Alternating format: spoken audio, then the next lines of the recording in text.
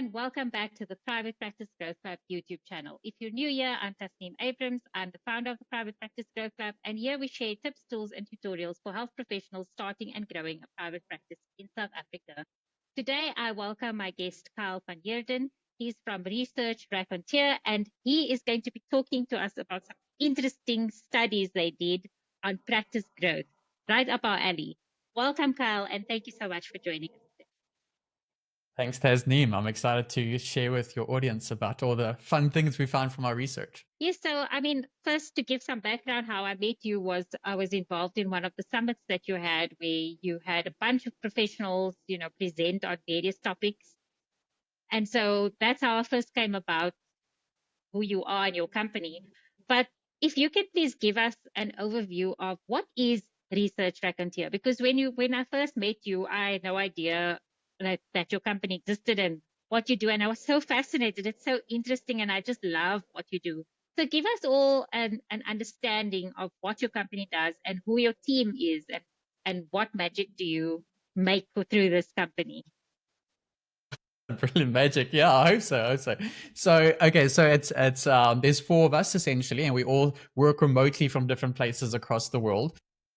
Research Raconteur, the idea behind it was essentially we each had our individual frustrations with research dissemination because we had all worked in injury rehabilitation to some degree, and my history is in biokinetics. And so I attended a lot of research conferences and talks and things where I felt really frustrated that I'd sit there for 3-5 hours just bored out of my mind, just trying to get these CPD points. That was pretty much the whole thing. And so you're just trying to get it done. And I was frustrated with that because I was thinking about how easy is it to sit and binge on a weekend, hours and hours of series, or read tons of books, or just enjoy a movie that's 2-3 hours long. But if it's just a 60-minute CPD talk, I want to pull my hair out. It's so boring. And it's usually someone, and it's unfortunately the people who often know the most, like some professor who's been studying a topic for 50 years, they know the most, and the most knowledgeable person isn't usually the best presenter. And so we're trying to figure out, okay, well, how do we merge the knowledge of the 50-year-old presenter with the excitement and fun and the stories behind, say, a Netflix series? Like, how do you get those together? And so the idea behind the word raconteur means storyteller. And so it's like, well, how do we tell research-based stories and go take people on this evidence-based adventure? So that's kind of where the whole thing started back in 2020. So, it's now about 5 years of doing this. That's amazing. So, the reason why I asked you what magic do you create for your company is because I went to your website and I just loved the whole, it looks very Dungeons and Dragons kind of alternative kind of world.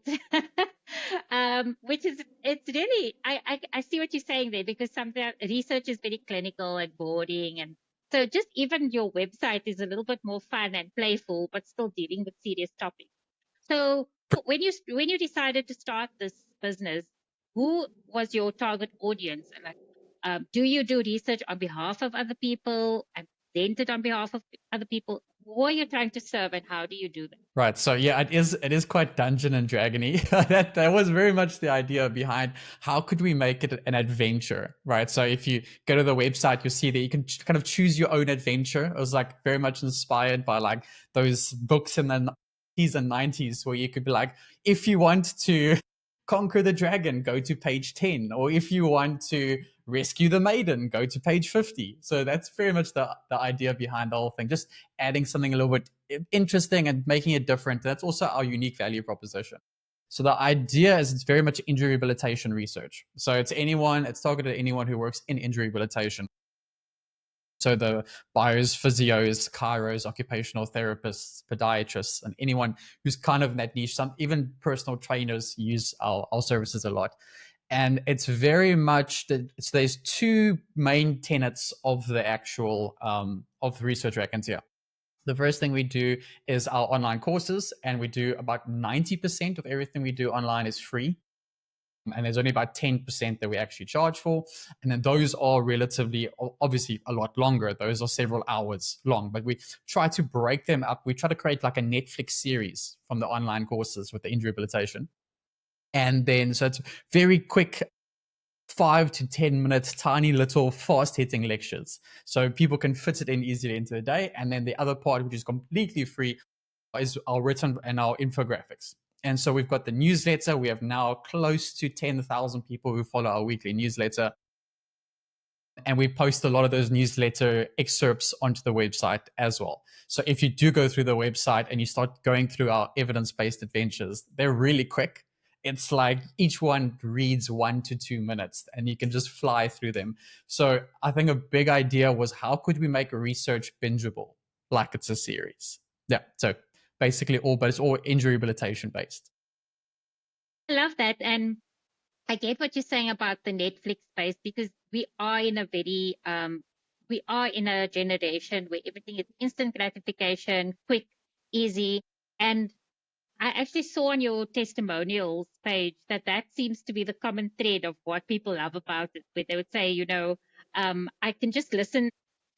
I can just listen to a few minutes, and I don't have time to listen to more, but then I want to listen to more because it's so quick and easy to consume the content, which is really important because, like you say, research can be so tedious and time intensive, and you want to be evidence based in your practice, but who has the time to go through all of that stuff?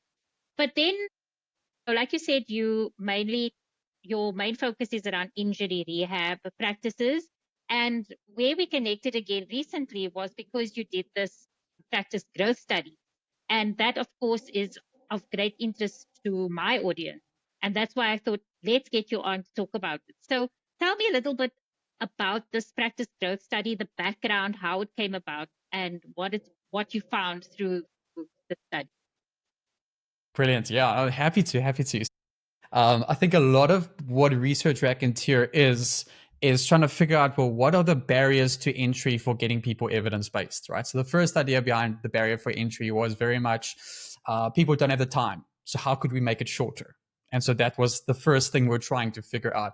And then people have the time, but they're bored by it. So then we're like, well, how could we make it interesting and add this evidence-based adventure aspect to it? So like, what are the best? So that how people, if they have the time and now they're interested in doing it, our next thing we came across was, okay, which you have the time to stay evidence-based and you're staying evidence-based, but how is that resulting in any changes in your practice? And that's those kind of questions of people being like, okay, I'm consuming all this research, but the amount of feet in the door into our practice is staying the same. Nothing's really changing in the practice, even though my clinical skills are improving. So like, how do we address that? And we're all researchers, so we didn't have the way to answer that question. I prepared a little presentation that tells you a little bit more of the story, right? The story behind the study of how we actually got into this. So this all started in 2022 when we were getting these ideas of, it's great to be evidence-based and clinical, but what is that? How does that translate into, me having a difference in the practice, being able to help more people, impact more lives? And we didn't have the answers. Then we started a survey. We're like, well, let's do what we do best, research, right? Let's start asking other people, well, how do you promote your practice? How do you grow your practice? How do you structure your practice? We started this little survey, and we just wanted to have answers for people who were asking us. And then we realized in 2022, lots of people were hungry for this. And we had at that point, we had almost 3,000 responses to the survey.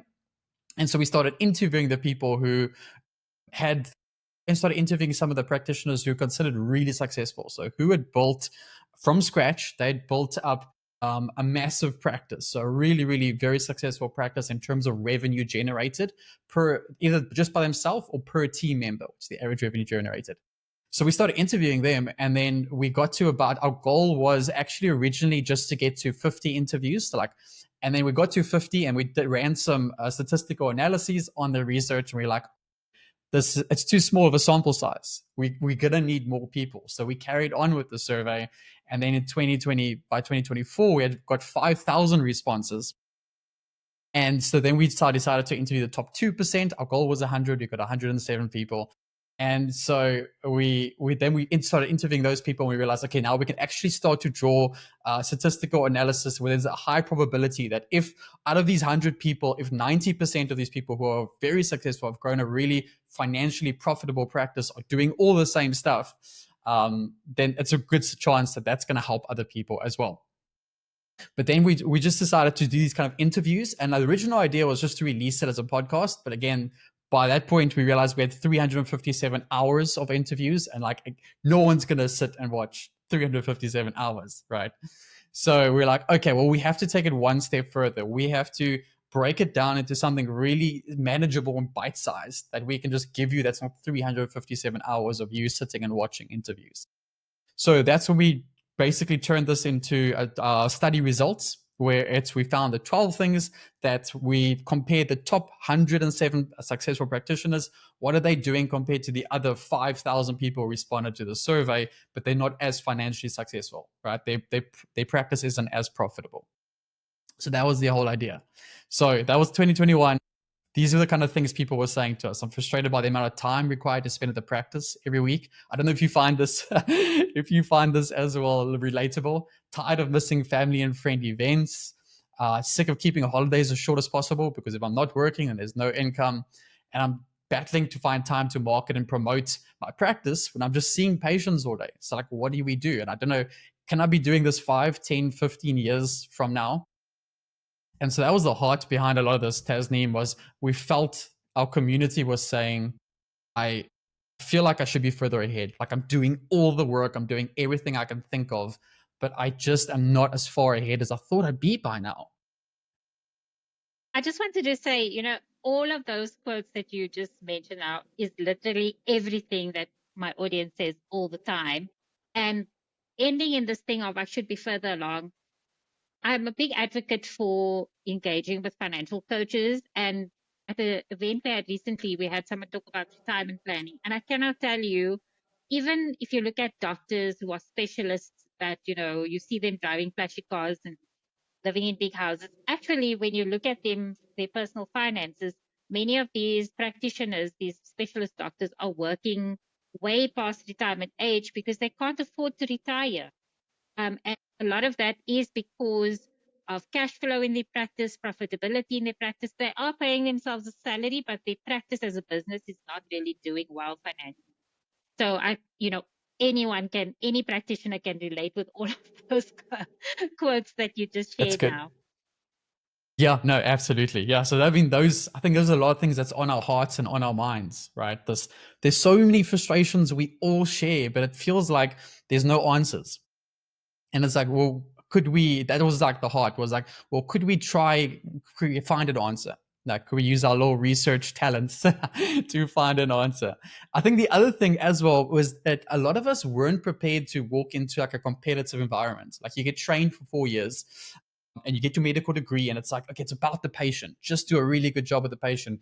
And then you get into a private practice, this competitive world. And you're like, oh, there's so many more things I need to know than just how to treat patients well. And it's like, well, if you're gonna, grow your practice, well, where do you spend your time? Like, should we be dancing on TikTok? Do we just go around knocking on as many doctors' doors as we need to? Are we are we standing at the robots handing out flyers? Like, what's the best use to actually spend our time? And I think your audience will relate to this feeling of burnt out versus bored, where it seems like as medical professionals, we all go through the cycle where we're either really, really busy, and then there's, it's early mornings, it's late evenings, and then school holidays hit, and suddenly it's quiet. And you're like, oh my gosh, now I'm looking at this practice being like, how am I going to fill this? And then you've got this like quiet month. So it's like, how do you make growth sustainable? And that's why we're asking. We want to know, what are other people doing? Like, if you've grown this practice that brings in multiple millions a year, how are you doing that during the quiet times and the busy times? So the theory we've got, this is my theory, okay? Disclaimer, it's just my theory. I think we're sold a little bit of a lie. And I think we got told at university that if you just get really, really, really good at fixing your client's pain, that's enough. Like, that's all you're going to need to do. There's going to be a line of patients waiting outside your practice, just being like, yes, please help me. It's like, build it and they will come. But like, it's not that easy, right? It doesn't matter how like good we are at our clinical skills. It's great service isn't just enough to build a thriving practice. You've heard this idea of like word will get out. Like, don't worry, like just do really good service and word will get out. So I don't know what you can tell me what you think about this theory, but this is my theory. My theory is you don't go to Spar to buy milk, and then Spar has milk, and then you walk out leaving 5-star reviews and telling all your friends and family they must go to that spa, it has milk. It's like, yes, that's what spa does. That's what was expected. Yeah. And so when patients Yeah. come to us, they're expecting us to help them and fix their pain. And then when they do that, we're like, oh, but why is there no reviews and referrals? It's like, well, you did what they expected. Right, that's a minimum expectation. So that's my theory on why just doing a great job. So that's kind of where a lot of this came from, was like our clinical skills and all the other research we have is great because it improves your skills and that feeling of getting out of imposter syndrome and things like that. But yeah, it's not really enough to get raving reviews and referrals and build this massive fan base of patients. So being in the competitive world, like it's just not enough to be good at fixing patients' pain. So that's what we asked here. So we're like, okay, well, what are the top people doing differently? Like the top occupational therapists, for example, the ones that are making millions and millions a year. What are they doing that I'm not? How did you define the top 2%? Was it purely on revenue and profit, or how did you define that? Yep. So we categorized everyone into buckets of where are they earning, because no one obviously wanted to reveal exactly what their practice revenue is. But it was an easy way to just say, okay, are you under $1 million or are you over $1 million? Okay, let's look at the people who are over $1 million. Okay, if you're over $1 million, the other question is how many people do you have? So how many people in the practice? And so if they're over $1 million, but they've got 50 people in their practice, then you start to work out, well, what's the average revenue per practitioner? And that could be quite low. So then we realized, oh, a lot of people are only over $1 million because they have tons and tons of people working for them. But most of those people are just sitting around waiting for patients all day. So the idea was, okay, what is the average revenue you're generating per team, per teammate, right? Per clinical team member in the practice. And so we had to set that. So we set it at about 100,000 Rand. So each person in your practice needs to be consistently generating over several months 100,000 Rand or more. Then we know that it's not just your practice is massive. It's something, there's a culture, there's systems, there's processes in place in the practice where I'm like, oh, you've figured it out and you've been able to apply that and replicate your results across all of the people that's coming into your practice. Because a lot of people we saw, they fully booked diaries, right? They have fully booked diaries, but that's the practice owner. And then you look at all the people in their team, and those people are seeing maybe 3 to 5 patients a day. And it's like, oh, like those people were excluded as well. That was, then you didn't meet the inclusion criteria, because that means you've figured out how to do this for yourself, but you haven't figured out how to replicate it, which means either it's your ego and you just don't want to, help your teammates grow, or it's you just don't know why you're successful. Like you have, so that's why if you don't know, how are we going to help other people, right? To figure that out. Yeah. So those are the criteria. Okay, does it make sense? Absolutely makes sense. Thank you. Awesome. And so the idea was also, okay, what we could do. So a lot of people might not even necessarily need these study results, because if you just were in practice for 20 years, most people will figure this out by themselves, right? Over 20 years, you'll make all the mistakes. And then if you're still around 20 years from now, you've probably figured it out. But we can't necessarily buy more time to just make more mistakes and figure out what does and doesn't work. But what we can do is we can buy the time it took other people to make mistakes. So we can learn from their trial and error. So I can go to you, here's a list of things to not do, Tasneem. Don't do these things. And then that way you can just like skip those potholes, because if you know a pothole's coming, it's so much easier to dodge it, right? Even if you're driving at night. So that was the idea. So that's where it started with the survey. And there was 5,000 people, and we decided we're going to interview the top 2%. And when we started reaching out to these people, being like, can we ask you how you built your practice and how you promote it? How do you grow it? How do you scale it? Most people, unfortunately, said no. So most people weren't willing to part with like all this wisdom that they learned and all these things that they've figured out over the years. And so we had to pay them. So this wasn't a free study. So the last 3 years, we spent over 250,000 Rand paying people to actually share with us what's the things that they've done.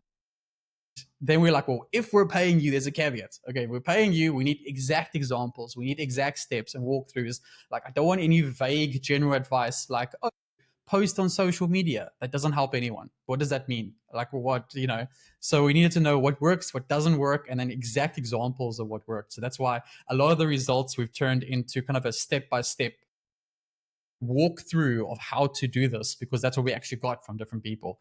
They could explain, so they can basically just, it's a nice way to ethically copy someone because they've given us permission. So yeah, like I said, the idea was originally just interviews like you and I are doing now. But if people had to go sit and watch 107 interviews, they'd never get through it. So then we're like, okay, it's not good enough. We have to do something different. So then we're like, okay, let's figure out what are 12 steps, what are 12 things that we could break this down into categories, and then people could just figure out, well, which of these 12 do I think like I need the most? Do I need to know how to sell a practice? Do I need to know how to build a referral base? Do I need to know how to get my pricing structure correct? And then we took all of the advice and we siphoned it into these 12 different categories. So we can just give it to you. So then we write it out. So here's actually what the study looks like. It's broken up into 12 modules with all the advice, and it's literally just books and books and pages of walkthroughs of all kinds of different things and all their different advice that we got from people. And then those are the 12 big levers, right? So what's the top 2% doing that the other 98% not doing, or maybe not doing correctly? Because there's this other idea. So if someone came to you, I don't know of an occupational therapy example, but this is the example I use with people who work in weight loss.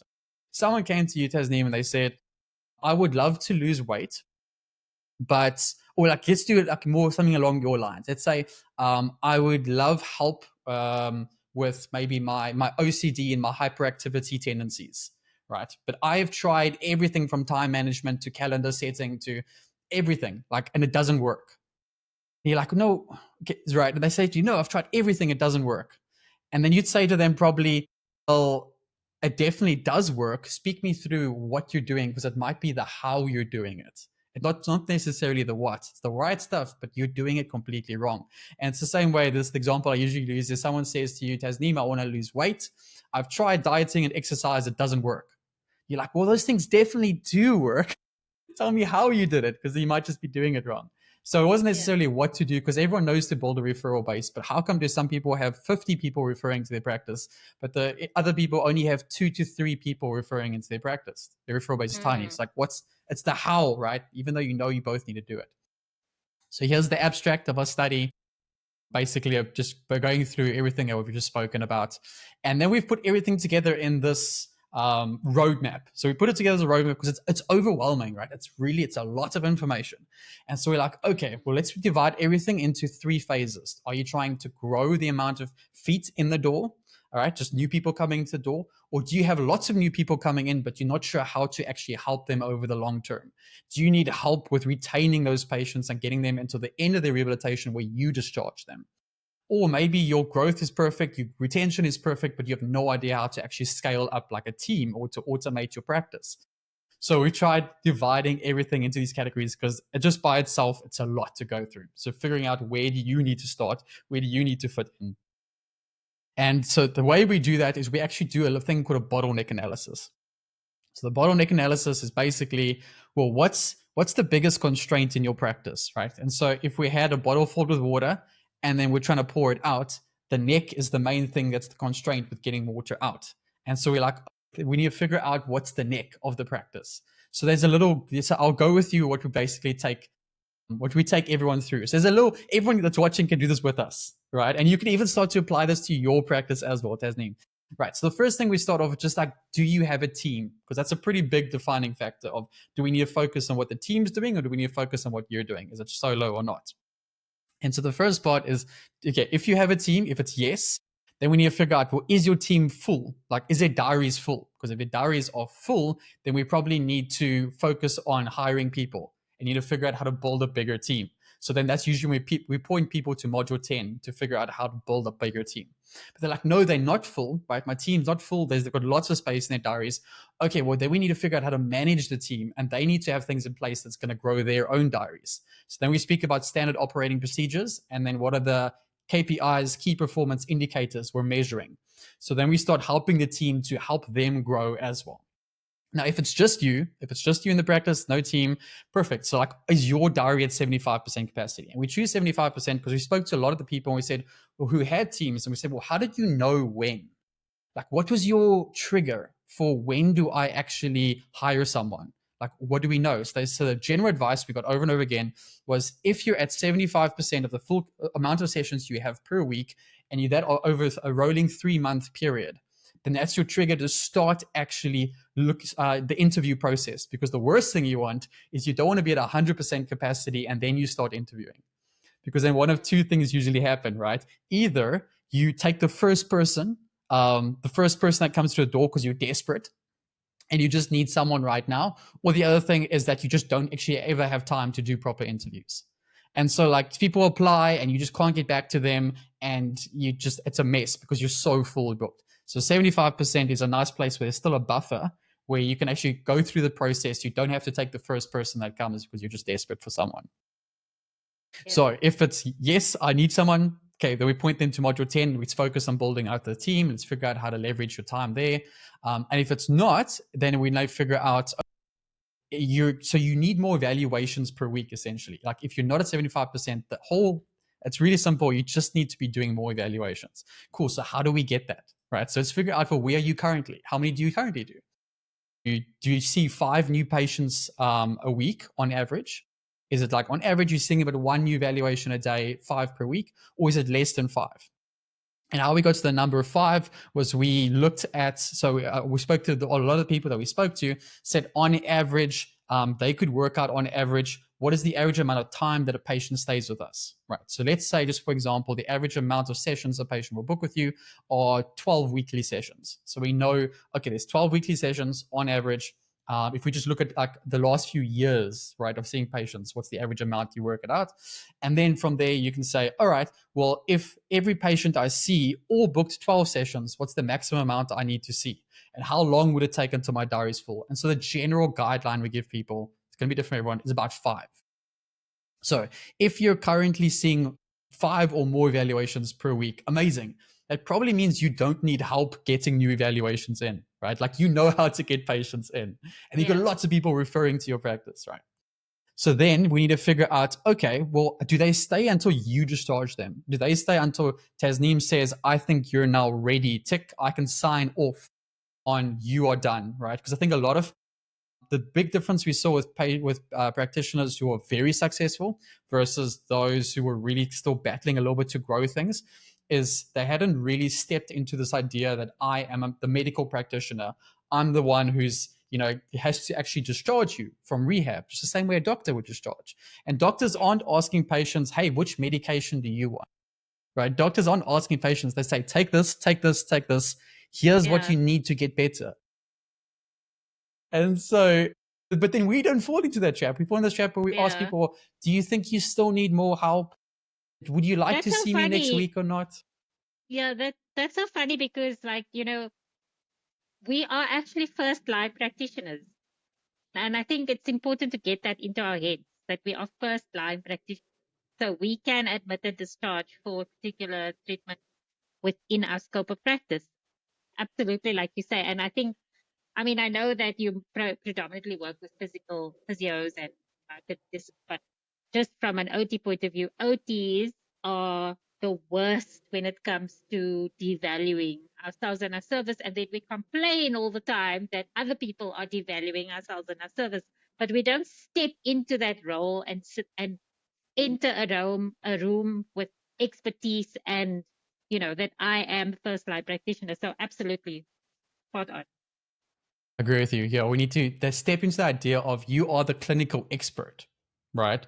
And so that means it's almost your ethical responsibility to tell patients, here is the treatment plan, like here's the management plan. Just like the same way a doctor would describe 6 months of this medication, this is your treatment plan, like this is it. First and foremost, our job is to put that treatment plan forward, not to say what do we think the patient can afford or can't afford. And then because we accommodate patients, but we don't compromise. We're happy to accommodate you. Here's what we think it needs to be. And then according to what you can afford, we can accommodate, but we never compromise on the treatment plan. Because if you say you need 12 weeks, but then they say, I can't afford 12 weeks. And then you say, okay, well, let's do 6 weeks. That's compromising. That means that you weren't really serious about the 12 weeks in the beginning with, right? Then it starts getting ethical gray area. So let's say, okay, so we have to say, okay, we're given the treatment plan, and then do they stay until you discharge them, until you say, I think that you're now good, or you can move on to the next phase or next whatever you need to do. And if they do, right, okay, well then is there a way that you can help them once they stay for the entire treatment plan? Is that the only thing you can do?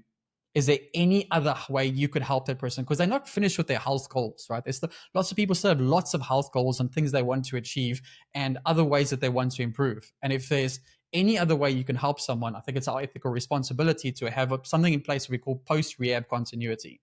So once they finish their occupational therapy for whatever they particularly come in, is there any continuity? Is there any other way you can help them reach their other goals? So just having those things in place. So we speak about, okay, well, if you don't have that, then we get some ideas from module 8. And then if you do have that in place, then we speak about, well, having ascension and expansion models in place for like, how could you ascend patients through your different levels of service? Or then how do you expand on what you currently already do? If you find that most people are coming to you, so let's say, Tasneem, you say, okay, I think we're going to need to at least have 3 to 4 months together. Like it's the earliest we'll be able to see results to 3 to 4 months. And people go, yes, that sounds amazing. Let's do it. But then within a month, they stop responding to your emails. They stop responding to your WhatsApps. You're calling and no one's answering. And you're like, what on earth happened here? Right. So then something along the actual patient journey, something's missing. We dropped the ball somewhere on the patient journey. And so I think we often think that the only thing we need to have in place are all our clinical milestones. And like I have our testing in place and I have really good program prescription or homework for the patient to do.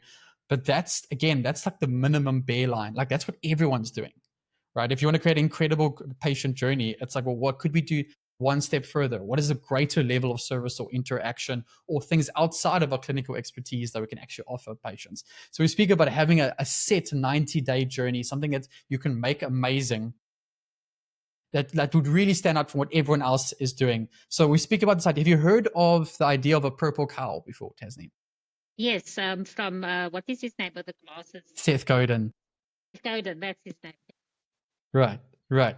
So the idea is essentially what could we put in our practice that's different from what everyone else is already doing so that we're a purple cow. So if you're driving through a field filled with cows, how could people not notice us, right? Not notice the purple cow and go, oh my gosh, that was so different, right? And so we speak about a whole bunch of ideas about things to putting in place for greater levels of communication and just great having like reward systems and gamifying your rehabilitation and all kinds of different processes in place to make those first 90 days with you, if they do need 90 days, but that's the example we use, just extraordinary. That it's hard not to tell people about this. This is like the craziest OT experience I've ever been through.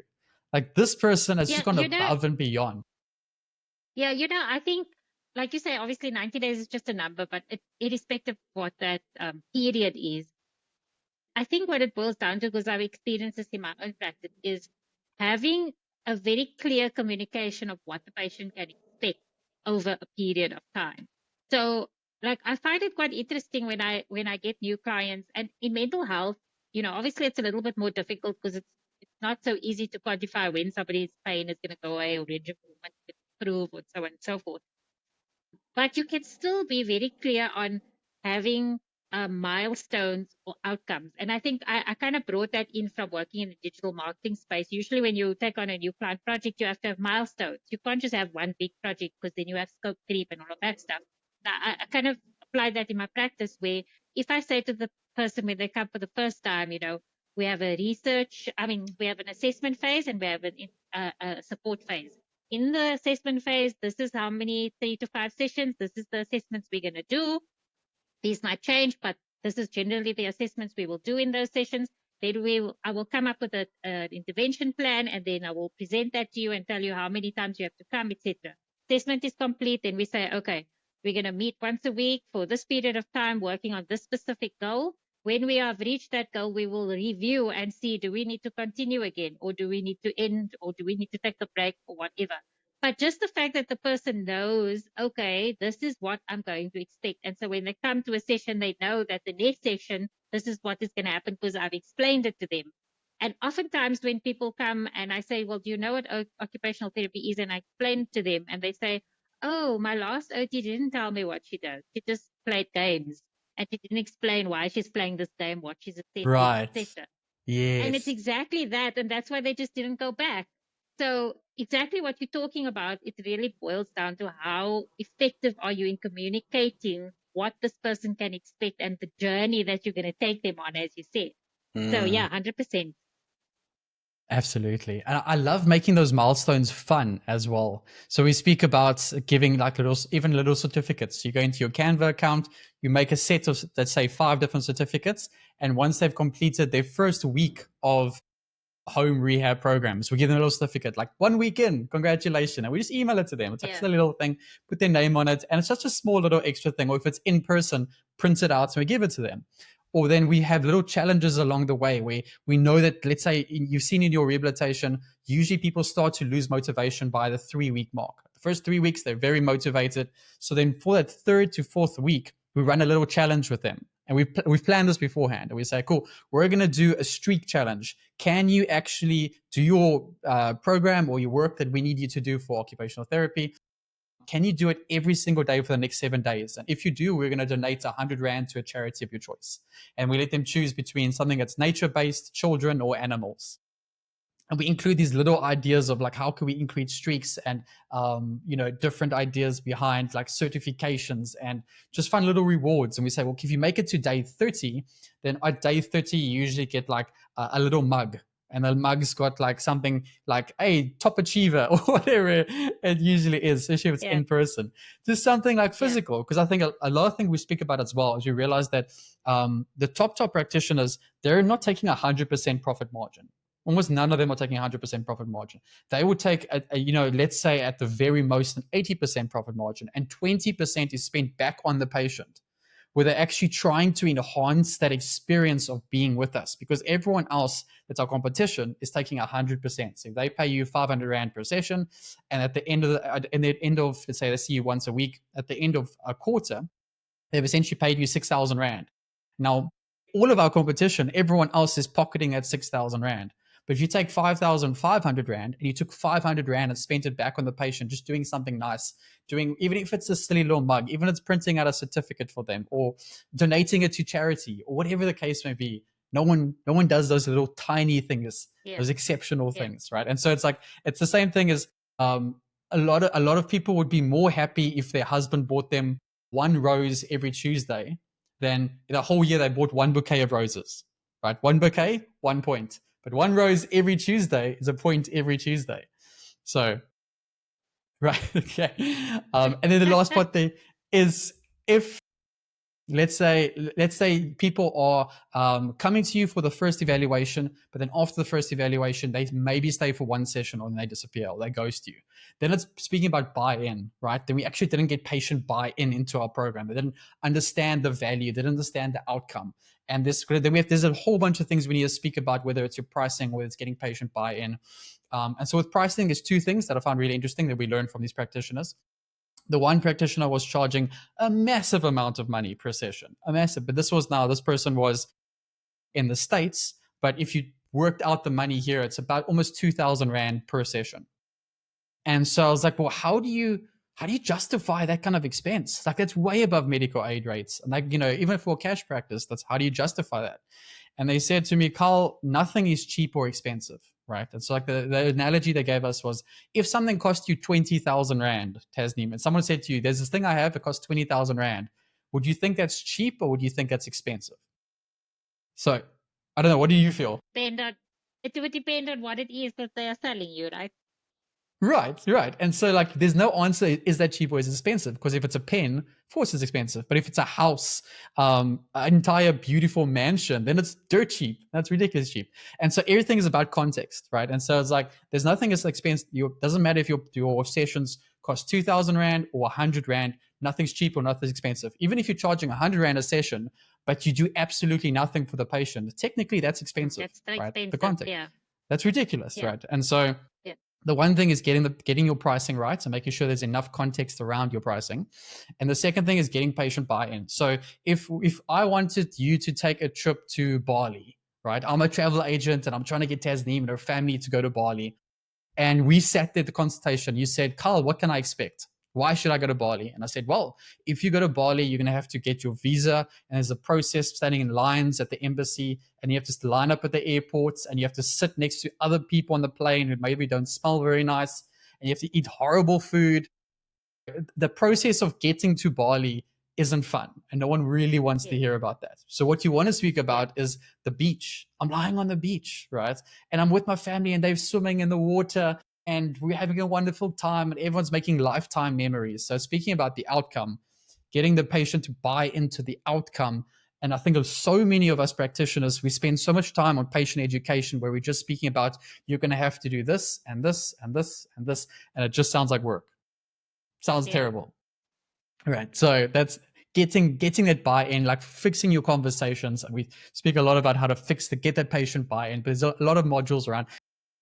Yes, focusing on the outcome, not focusing on the process, because everyone just wants to lie on the beach in Bali. No one wants to line up and go through security at the airport. Yeah, 100%. And then our last little thing we speak to people about trying to figure out, well, if let's say you're not seeing 5 evaluations a week, maybe you only get 1 to 2 a month. Okay, then we need to speak about different types of marketing. So we're looking at your inbound marketing and your outbound marketing. What are you doing so that people can get a hold of you? And what are you actively doing to get a hold of other people? So then we've got we'll look at your Google page checklist. We look at, well, how many reviews do you have? What's your process for getting reviews? What's the website look like? What's your organic social and your paid social media looking like? And then with referrals, we speak about okay, how are you building your referral base, right? That's module 1. We just start there with most people because most people don't even, we never got any lesson at university be like, hey, when you get to private practice, you have to go speak to other people, which is terrifying. Yes. It's horrible, right? You have to go and speak to doctors and stuff, and they're mean. And especially allies, because we generally have to speak to doctors, and we have this kind of look up at them kind of attitude. So it's also that I mean, you study with them at med school, but still, it's like society kind of views the doctor as a more auspicious role. So as a little OT or little physio, coming there in your little scrubs, coming up to a doctor who's sitting there behind his big fancy desk, it can be very intimidating. So definitely. For sure. So yeah, so we never got taught anything, and so this is essentially, I think, the first that we've ever come across a framework for how to reach out to people. There's 7 steps to building there's 7 relationship steps we take people through. We speak about what should you do in the first meeting. What does a really, really good first meeting look like? How do you build that relationship? 30 ways to build that relationship over time.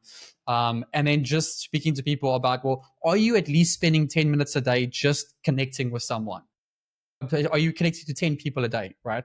So we actually did the calculation on this. And this is really interesting. I'm trying to remember the numbers off the top of my head. But if you reached out to 10 people a day, Tasneem, 10 potential referral partners, just reached out to 10 a day. By the end, and you only did that on working days. So you took off Saturdays and Sundays, you only did it on working days. It was there's 260 working days plus minus in a year, which means if you reached out to just 10 people a day, it's 2,600 people at the end of the year you've spoken to. Let's say 99% of them tell you to go to hell. They're like, we're nothing to do with you.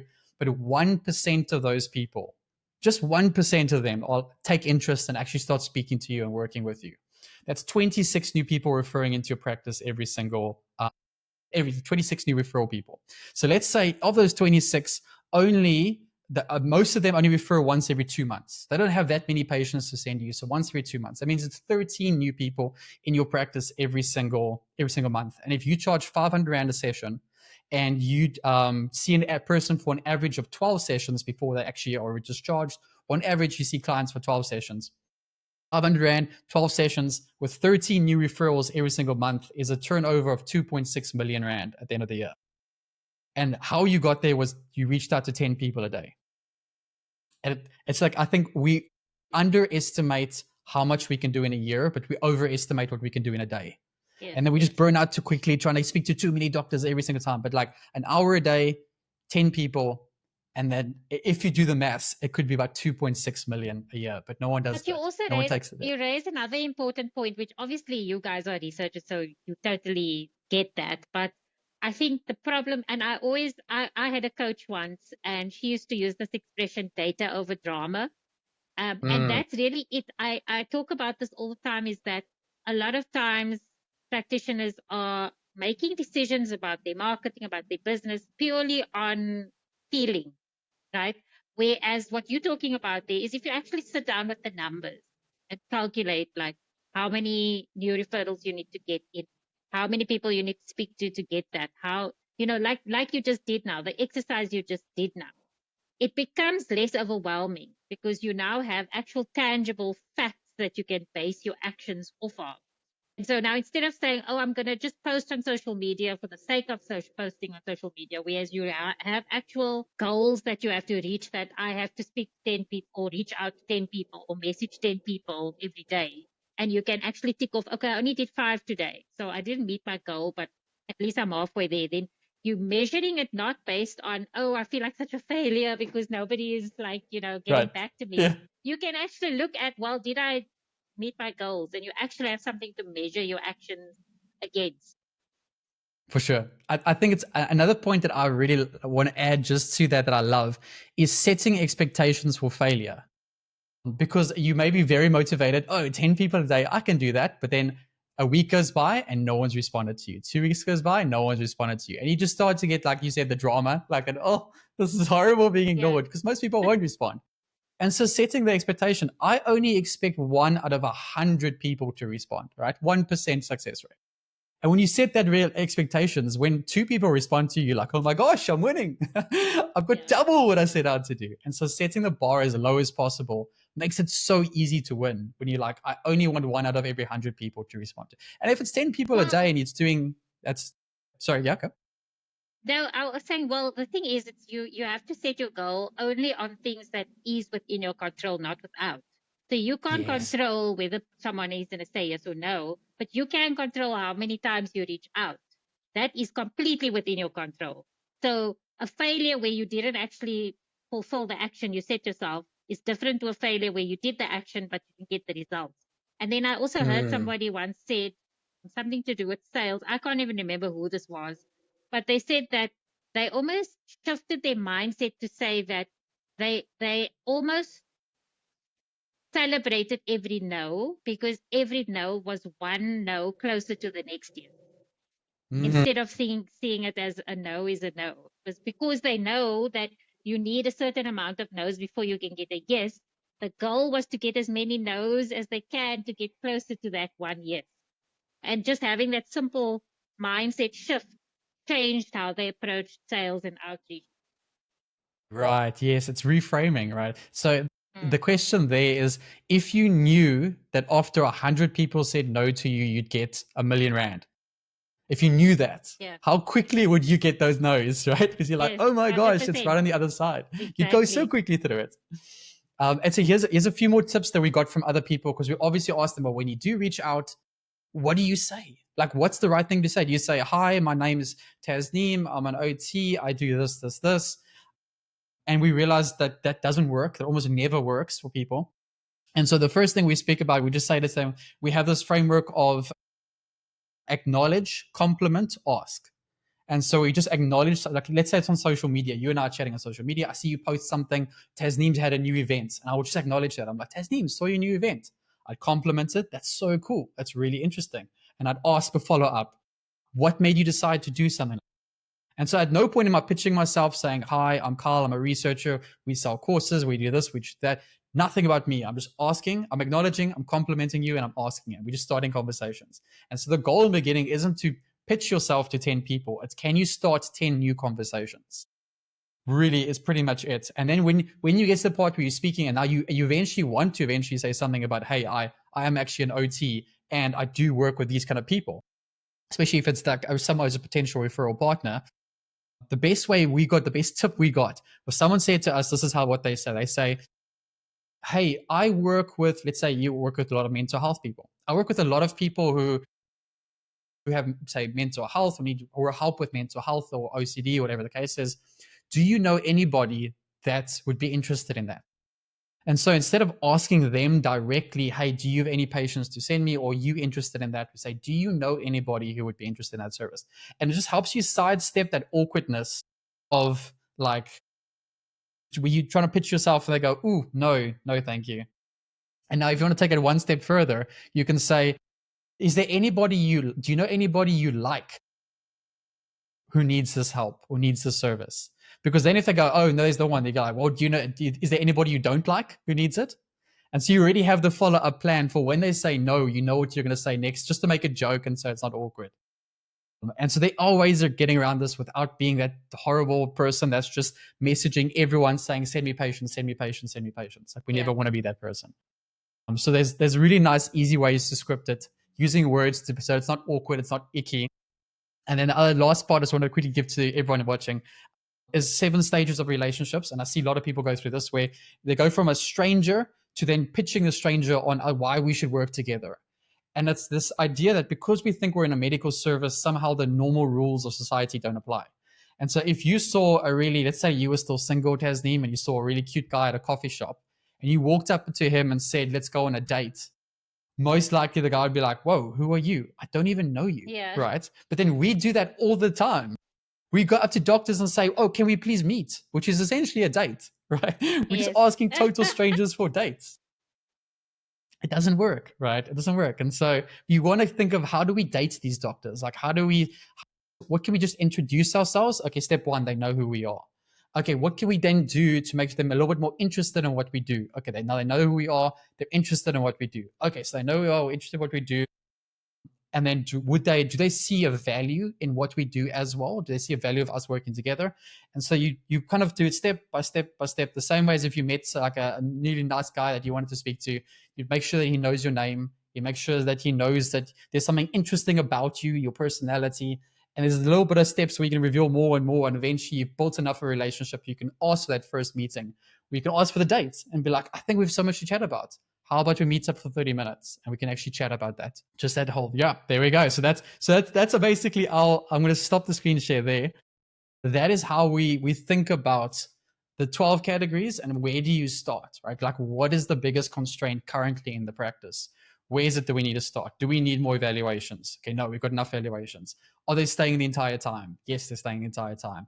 Okay, but do we have a team? Oh, yes, we've got a team, but the team's underperforming. Well, then we need to start there. And it's like, if you have an hour in your day, you need to figure out what's the best way to spend an hour in a day. Because we like to be busy, but we're not often getting a lot of things done, even though we're so busy. Yeah. But you know what I also love about that whole thing that you just showed us now? It really is also a choose your own adventure, because you basically, you're basically choosing a path based on what you're answering the questions. And, so on my website, I also have like this quiz where what stage of private practice are you in? And the analogy is like a plant, you're in the root, shoot, grow, blossom, or prune stage. And also when they do the quiz and it says, oh, you are in the shoot stage, it will say, based on that stage, these are the things you should be focusing on. And then there'll be resources that relate to those things. So that's kind of what you're talking about here, is that what stage are you in? Where are you basically seeing the leaking bucket? Like where's, where are the holes in your bucket? And then based on that answer, that these are the solutions you need to adopt, and this is how you do it. So you go into that module. Or like you say, where are the bottlenecks? And so how do you solve that based on your answers? So I really like that. It makes it so practical, easy to follow, and not overwhelming, because I think that is the main thing overall that affects private practice growth, is that you feel so overwhelmed by all these things that you need to know and learn and do, when all you wanted to do was just treat patients and get paid for it. Right. Yeah, So that's it. yeah, and having these steps and like a path that you can follow and a process that makes sense and it's easy to follow just makes all the difference. So well I agree. done. I love what you guys do as well, practice growth. What I love about that is we spend 4 years learning how to treat patients, which is one job, but then we get ourselves into an entire new job, which is entrepreneur, right? Or business owner. But we spend zero time training that. How do we, they're both two jobs, right? But for the one, we justify the 4 years. And for the other one, people don't want to spend any time, any money, any effort, even if it's free stuff on your website or the resources, right? So they're like, they still don't, it makes sense that if you spend 4 years to get good at this, you're going to have to at least spend maybe a couple of hours going through, the practice growth website and all the stuff that you guys have there, Tasneem. And so it's like, just treat it the same way you treated your clinical degree, and go on Tasneem's website, right? And then just spend 30 minutes a day. And here's the other thing I say to people. So when we speak about this, a lot of people said to us in the beginning when we started speaking about our results, they're like, oh, but I don't have an hour a day, right? And then we say to them, okay, so who are you currently referring all your patients to? because you're obviously not seeing patients, you're right. So if someone comes in, do you just say no, or do you refer them away? No, they're still seeing new patients. I'm like, oh, so you do have an hour a day, but it's for what? So it's priorities. So if it's growing the practice, oh, I don't have any time. But if there's a new patient comes to the door, suddenly then you have an hour free. And so it's like just getting the priorities right of like, cool, let's make this more important than the patient. From 12 to 1 every day, it's in the diary. I go onto the Tasneem's website and I learn one new thing based on where you are, like your shoots and growth. The flower, I love the flower analogy, right? Roots, 1 shoot, hour a day. grow, blossom, and prune. So good. I know Yeah, nothing about yeah. flowers. Well, that's the funny thing. I'm actually like the opposite of a green thumb. I kill flowers, but yeah, it just Oh, makes sense shucks. to me. Yeah, yeah. Yeah. But my mother loved gardening, so that's where the analogy came Okay. from. And I think, like in that analogy, a lot of people actually forget about the prune stage, because prunes that's your retirement planning, succession planning, all of those things, as important as rooting a very healthy plant. So Yeah. Yeah, that's brilliant. I think that's why our results complement yours so nicely. It's because we don't have any of that stuff. Like we just ask clinicians, what are you doing day to day? That's like our yeah, like there's no business stuff, there's no tax advice, there's no financial stuff, there's no legal stuff whatsoever. And it's just so it's the day-to-day stuff of people, everyday practitioners, what's working for them, but that's not nearly going to be all you need, right? Like they still yeah, need all of the things from your side. yeah, Probably first get that in order first. yeah. You need to get those things in order first before you starting to figure out these small little tactics. Yeah. Well, okay. So, Kyle, those people who are listening and they're like, wow, this is mind blown. I need more. How do I find out? Like, give us the lowdown. Like, what do they need to do next if they are willing to invest the time to learn these things and access these modules? Brilliant. So if they want to get the results from the study, I think probably the easiest at this point is just to send me an email. That would probably be the best part. Kyle@researchraconteur.com. Or they can just start off at the website. If they go into the website and they just sign up for the newsletter, we'll get hold of everyone who signs up for the newsletter and just figure out like where are they for, what are they interested in, is it research, is it growing a practice? So either just sign up on the website would be easiest, or just if you directly just don't want to join the newsletter, completely fine, and you just want the practice growth results, email. Are pretty good with emails. Okay. Yeah, and I'll definitely put all those links in the description box below the video. But also, like you said, if there are rehabilitation professionals who want to just even access the evidence-based research, it's a really fun website and there's lots of interesting topics. I've gotten a little bit lost down the rabbit hole of watching watching some of the Yes, free stuff and your success. podcasts myself. So yeah, I'll put the link to the website as well if people want to just check that out. But thank you so Brilliant. much for taking So the welcome. time to, first of all, do the research, because it sounds like a lot of work. 3 years. Yeah. And secondly, to then just be willing to come and share some of those pearls of wisdom. Of So course. thank you so much. Thanks, Tasneem. Appreciate it.